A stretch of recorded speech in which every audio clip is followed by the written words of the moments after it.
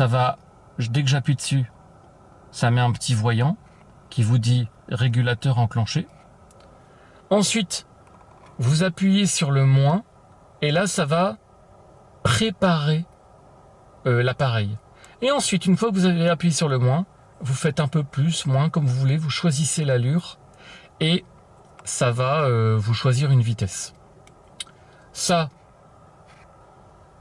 évidemment, cancel, c'est pour tout remettre à zéro. Et ça, c'est le limiteur de vitesse.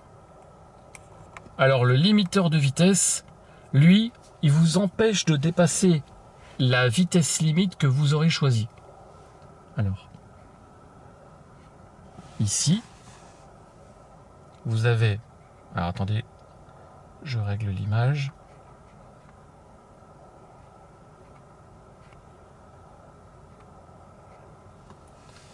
Alors, pourquoi il ne veut pas se régler ?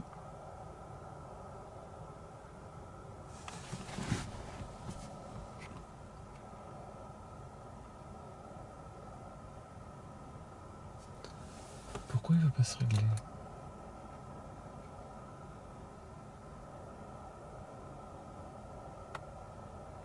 Bizarre. Alors... Ah. Allez. Ah, voilà. Merde. Ici, vous avez donc...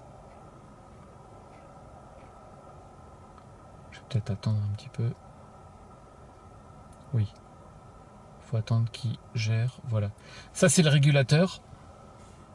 Et ça... Pardon. Ça, c'est le régulateur. Et ça, c'est le limiteur.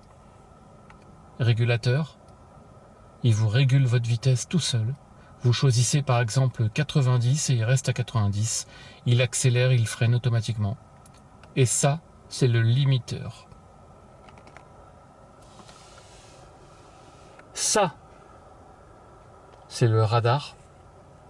Alors, tous les véhicules modernes maintenant en ont un.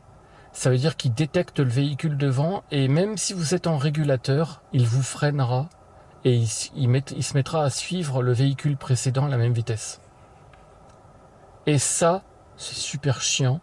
C'est quand vous roulez et que les capteurs voient que vous prenez une ligne blanche, ils tournent votre volant de l'autre côté légèrement pour c'est au cas où vous vous endormez en gros. Hein. Vous dormez, vous partez sur le côté, il vous remet sur le droit chemin. Alors, sauf que quand vous ne dormez pas, c'est super chiant. Parce que des fois, il vous tourne le volant d'un coup, alors que vous êtes justement en train d'esquiver un objet. Donc, vaut mieux le déconnecter, celui-là. Ici, vous avez tout ce qui a trait au téléphone. Donc, vous vous en foutez. Parce que déjà que vous avez du mal à conduire sans parler, donc si vous commencez à parler à une personne qui n'est pas là, c'est mort.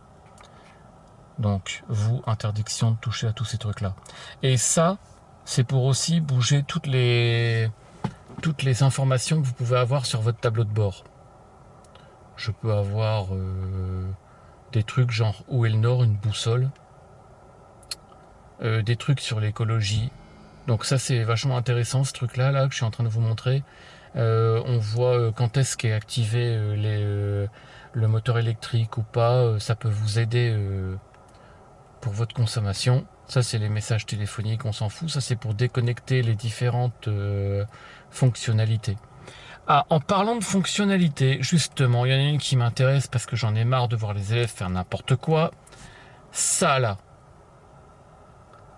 Il y en a qui se croient supérieurement intelligents en regardant ce panneau pour connaître les limitations. Sauf qu'en réalité, il ne dit la vérité qu'à 80%.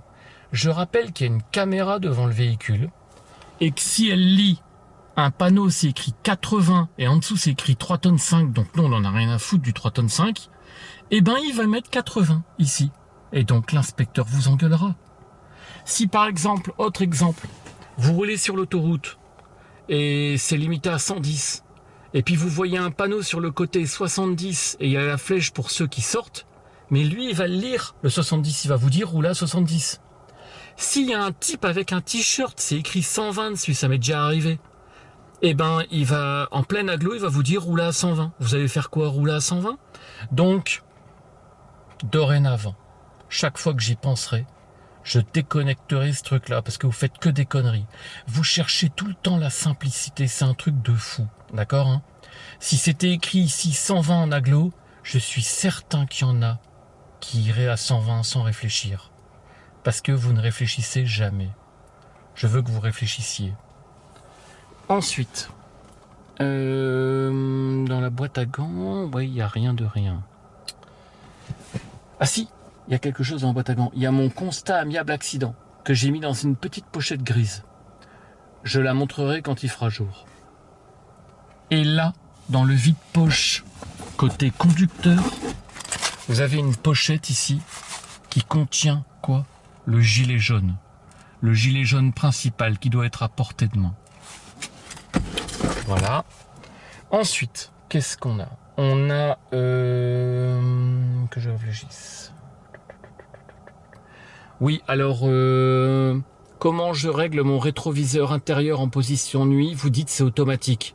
Cependant, si vous ne dites pas que c'est automatique, eh ben, réponse fausse. Hein. Faut le dire que c'est automatique. Vous n'avez rien à faire, vous ne touchez à rien. Sur un rétroviseur classique, je prends le mien du moniteur là. Je le montrerai en plein jour. Il y a une petite action à faire derrière pour le passer en mode nuit. Alors, je vous explique tout de suite à quoi sert le mode nuit parce qu'on peut vous poser la question. Si vous roulez, là comme ça, je roule tout droit. Si le crétin derrière moi a mis ses feux de route, vous allez être terriblement ébloui par ce rétroviseur. Sauf que si vous actionnez le mode nuit, donc avec celui-là par exemple, hein, celui-là il n'y a rien à faire je rappelle, hein, eh ben vous ne serez plus ébloui. Vous le verrez, son faisceau lumineux est atténué, d'accord, hein, vous n'êtes plus ébloui. Donc c'est vachement bien ce truc-là. Autre question qu'on peut vous poser, utilisez votre pare-soleil. Voilà. Utilisez votre pare-soleil pour vous protéger du soleil qui vient de la gauche. Vous tapotez un coup en haut.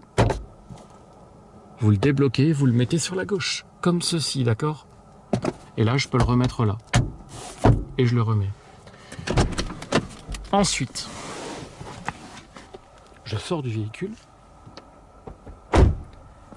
Dans les portières, dans le montant des portières arrière, pas les portières avant, hein, eh bien, vous avez... la fermeture des portes pour enfants. Comment on appelle ça déjà?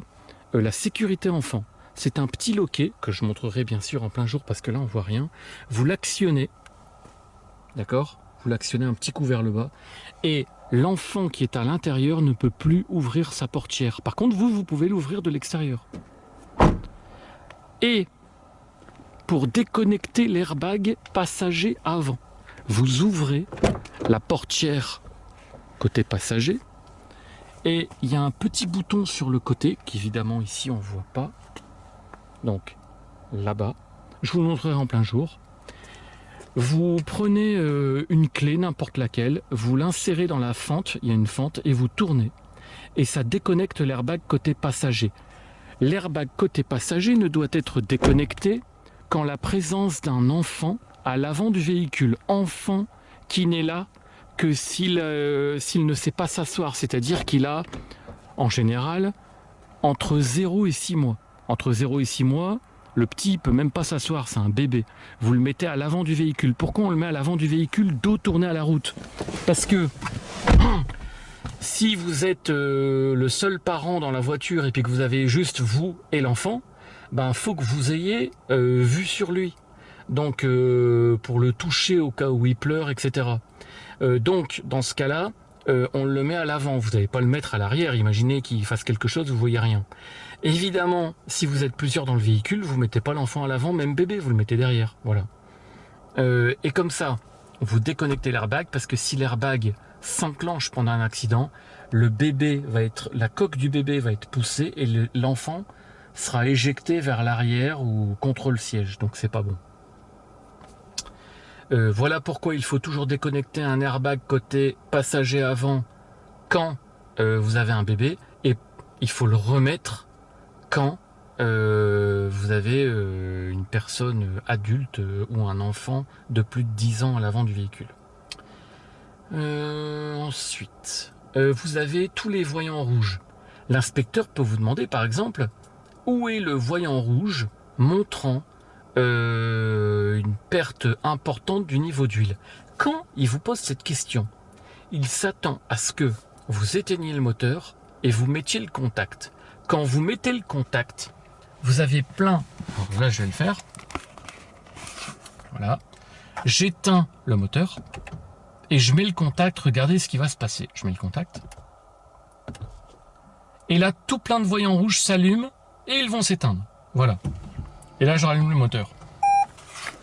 Et donc, ça vous montre plein de petits voyants rouges pendant 2 secondes. Lui, l'inspecteur, il s'attend à ce que vous montriez une petite lampe d'Aladin, là, comme ça, une petite lampe d'Aladin rouge, qui veut dire défaut d'huile, défaut de pression d'huile ou défaut de quantité d'huile, tout ce qui a trait à l'huile dans un véhicule. Sauf que, dans ce véhicule, il n'y a pas ce petit bouton. En fait, si vous avez un problème d'huile, il s'allumera uniquement en cas de problème d'huile. Même pas quand vous mettez le contact. Et il s'allumera, il se mettra en gros. Un gros logo comme ça. Donc, vous l'expliquez à l'inspecteur. Vous lui montrez que vous savez mettre le contact. Parce que souvent, quand un élève dit ça, ça veut dire qu'il ne sait pas mettre le contact. Hein. On vous connaît. Et donc, là, vous coupez le moteur, vous mettez le contact, vous dites, regardez, il y a plein de voyants rouges qui s'allument, mais pas celui d'huile. Parce que celui d'huile, eh bien, il ne s'affiche qu'en cas de problème d'huile. Tous les autres sont là, hein, le problème voyant de batterie rouge, on voit une petite batterie rouge, voyant de frein, le frein c'est toujours le même logo, c'est un rond avec deux petits freins qui viennent se mettre sur le côté comme des tampons qui pressent comme ça un axe vu de profil. Donc c'est le logo du frein. Ensuite, qu'est-ce qu'on peut... Ben là, je crois que j'ai fait le tour des questions intérieures. Voilà. Donc, continuez à regarder les vidéos. Parce que... Ah oui. Alors, là, vous avez le commodo des essuie-glaces. Je vous l'expliquerai en plein jour. Parce que là, la nuit, on voit rien. Mais dans les véhicules, hein, de toute la Terre, le commodo des essuie-glaces est toujours là. Et le commodo des feux est toujours ici. N'allez pas dire oui, il est où ton commodo des feux? Bah, c'est toujours à gauche, hein, d'accord, hein, et le commodo des essuie-glaces toujours à droite. Donc je disais, pour l'instant les vidéos payent. Cette semaine, 10 qui ont eu leur permis sur 13 qui sont passés, donc très bien. En plus, ceux qui l'ont pas eu, ils ont vraiment fait des fautes idiotes, hein, ils auraient pu les éviter, mais ils peuvent quand même être fiers d'eux parce qu'ils ont bien conduit quand même, donc ils l'auront la prochaine fois. Donc c'était bien. Continuez à regarder les vidéos pour voir les autres faire des bêtises, parce que c'est en voyant des bêtises que vous n'en ferez plus. Mention spéciale à une élève qui a décidé de ne pas passer à Vouziers parce qu'elle a dit qu'elle était capable de l'avoir que dans le difficile. Alors là, bravo. Vous aurez une petite pensée pour elle. Son prénom se termine par Roi. Et donc, ayez une petite pensée pour elle. Elle le passe en début de semaine prochaine. Et je vous dis à plus tard.